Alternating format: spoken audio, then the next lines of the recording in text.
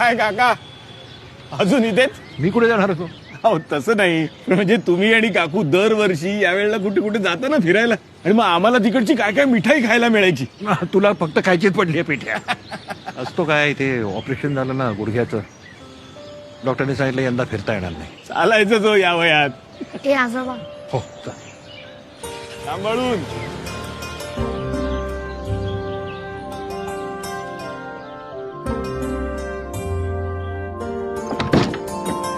या या.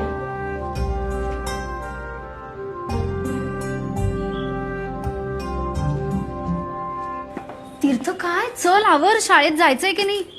अरे मी जातो ना सोडायला. नाही नाही, थँक्यू बाबा, पण डॉक्टरनी नाही सांगितलंय ना आपल्याला, आणि आत्ताच तुम्ही भाजी वगैरे घेऊन आलात ना, त्यामुळे सॉरी, आजचा कोटा संपला आपला.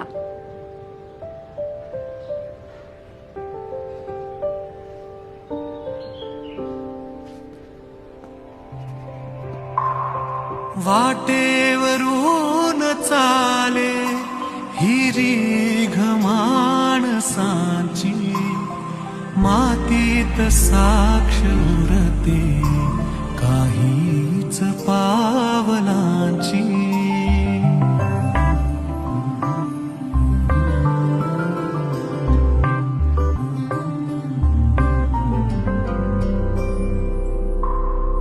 वारा मनाप्रमाणे काही दिशात जातो, काही जुन्या फुलांचा आणून गंध देतो.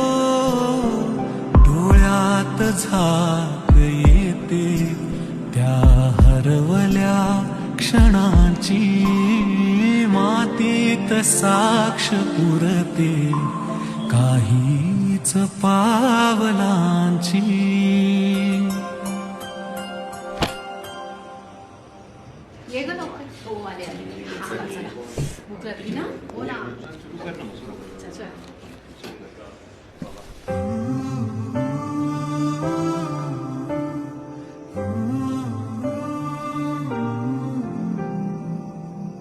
हॅलो,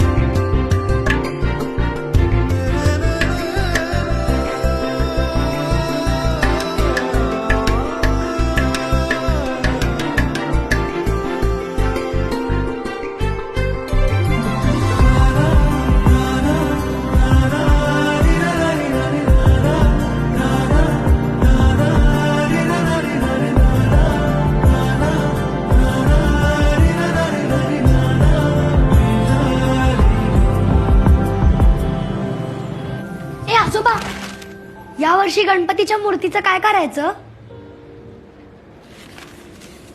अरे असं काय करतोस, दरवर्षी मी ठरवतो ना, मग यंदा तू ठरव. बघ हा, बघतो हा. चला मग आत्ताच. चला चला, आपण सगळेच जाऊया, चला. बाबा, अहो तुम्ही काय ऐकताय त्याचं लगेच? काय प्रॉब्लेम आहे? त्याला जो आवडतोय गणपती तो बुक करूया ना.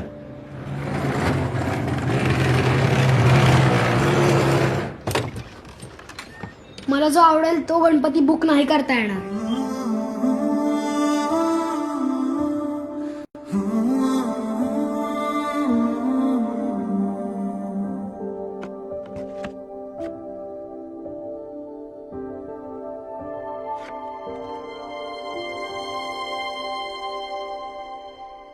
कैसे हो पाजी? अंग्रेजी में कहते हैं लॉन्ग टाइम नो सी, ऐसा ही कुछ. अगस्त का महीना आते ही यहाँ बारिश का जोर पड़ता है और बढ़ जाती हैं आपकी और बहन जी की यादें. उस वक्त आपको यहाँ से क्या चाहिए था ये पूछा था मैंने, और आपने कुछ ऐसी चीज मांगी थी जो मैं जिंदगी भर नहीं भूलूंगा. इतनी खूबसूरत. फिर से भेज रहा हूं.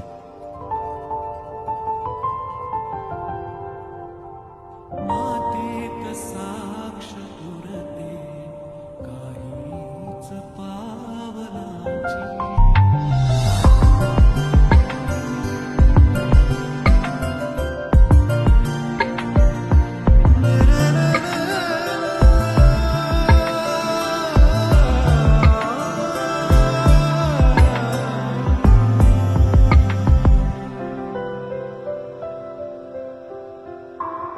सौभाग्य हे नशिबी येते कुणा कुणाच्या, होतो सुरेख सोहळा एका परंपरेचा, साधी सुधी कथाही होते प्रथा पिढ्यांची, मातीत साक्ष पुरते काहीच पावलांची.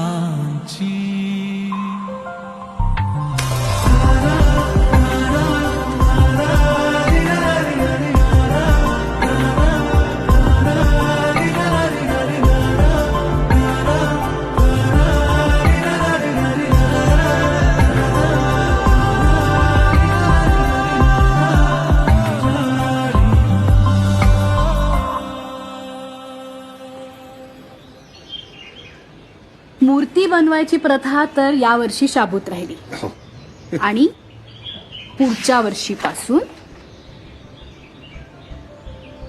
हा? भटकंतीची प्रथा पुन्हा सुरू. राहिलं ना आपलं अजून.